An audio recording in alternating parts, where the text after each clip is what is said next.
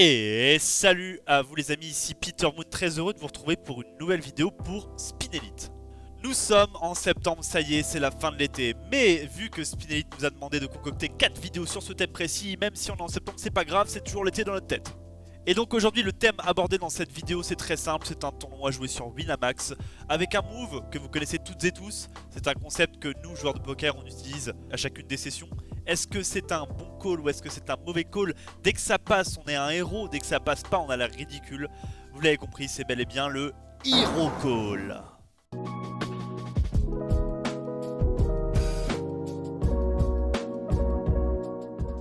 Et donc les amis, c'est parti pour cette main pour illustrer du mieux que je peux ce que c'est que ce concept de Hero Call et pourquoi dans cette situation particulière le Hero Call sera le bon ou pas. On a donc paire de 9, on est sur le flipper, un tournoi Winamax que vous connaissez bien à 20 €, tournoi KO. Tout le monde fold, on est au bouton avec paire de 9. Bon bah écoutez, c'est un open, ici on est haut dans notre range d'open, 2.3. Et seulement la grosse blinde décide de payer. Ça vient un flop de Roi 3 Rainbow, donc un flop très sec qu'on est censé ici c-bet range. Alors ça veut dire quoi c-bet range pour ceux qui ne le savent pas? C'est-à-dire en gros, avec toutes les mains qu'on a open dans cette situation, on va c-bet 100% de nos mains avec lesquelles on a open sur ce type de texture. Ici comme sizing, on va faire un sizing petit, un tire-pot, hein, suffit largement dans ce genre de spot. C'est ce que je fais. Et notre adversaire décide de payer.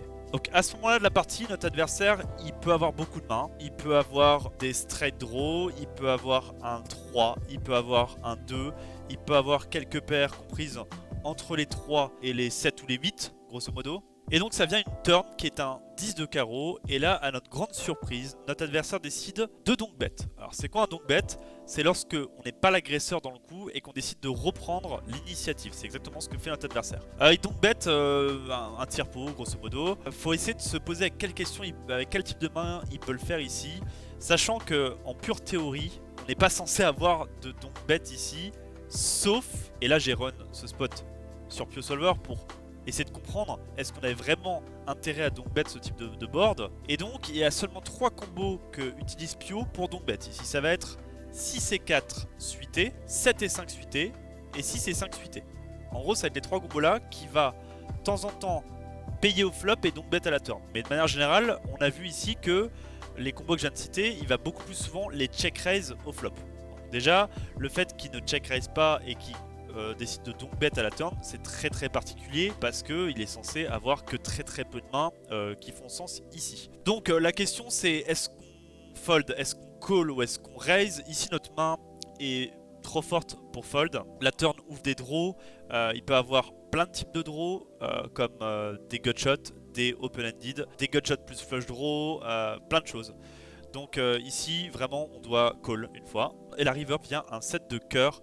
Et notre adversaire décide de polariser clairement sa range en faisant 13.2 dans 15.9. Donc là, on a un bluff catch ici. On a un bluff catch et la question c'est est-ce qu'on bat suffisamment de mains pour que le call soit rentable dans cette situation? Et du coup, étant donné que ce set de cœur est totalement une brick river, il n'y a aucun des draws qu'on a cité qui est rentré. Donc les flush draws ne sont pas entrés, les gutshots non plus.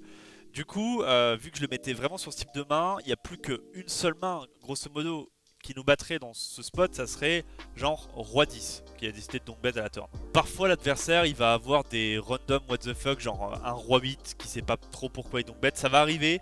Mais ici quand même sur le long terme c'est soit rien, soit effectivement Roi 10. Ici clairement on a une des meilleures mains à Hero Call ce spot, simplement parce qu'on ne bloque aucun de ses bluffs. Et en plus on a le combo parfait parce qu'on a 9 de pique, 9 de cœur et donc on n'a pas le 9 de carreau dans ce spot. Et ça c'est vraiment très bien. Donc ici j'ai call en tankant, en réfléchissant bien parce que ce coup ne fait pas trop de sens de la part de notre adversaire. Et notre adversaire montre un joli 6 et 4 de carreau qui était justement un des 3 combos qu'a décidé de donc bet PioSolver à la turn. Et du coup après pour m'assurer que j'ai fait un bon hero call, j'ai tout simplement run ce spot sur PioSolver de A à Z pour voir si ma line était la bonne, pour voir si c'était vraiment un bon spot d'hero call. Et donc je vous mets les résultats juste ici. Et donc on voit bien dans le résultat que nous donne PioSolver que ce combo de 9-9 avec le 9 de pique et le 9 de cœur, ça sera un call 100% du temps, enfin ce sera un call 94% du temps pour être précis, mais 94% du temps sur PioSolver c'est comme si c'était 100% du temps un call ici. A noter que le combo avec le 9 de carreau, Piosolver grosso modo va fold une fois sur deux et call une fois sur deux. Et donc j'espère que cette nouvelle main vous a plu les amis, j'espère que ça vous a éclairé sur certaines situations. On sait jamais trop si on doit call, on sait jamais trop si on doit fold.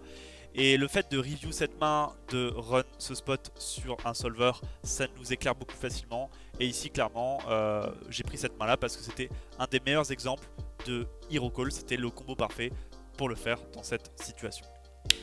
Clap de fin les amis pour la série Un été pour apprendre sur Spinelite. J'espère que ça vous a plu. N'hésitez pas à dire ce que vous en pensez dans les commentaires. N'hésitez pas à me poser toutes sortes de questions. J'y répondrai avec grand plaisir. Et quant à nous, on se revoit pour le mois prochain pour une nouvelle série qui commencera sur Spinelite. Toute autre série, je vous en dis pas plus. Mais je vous souhaite à tous de passer un bon grind pour ces Winamax Series, de faire des perfs, de faire des tables finales. Je vous souhaite le meilleur. C'était Peter Moon et je vous dis à la prochaine. Ciao, bye bye.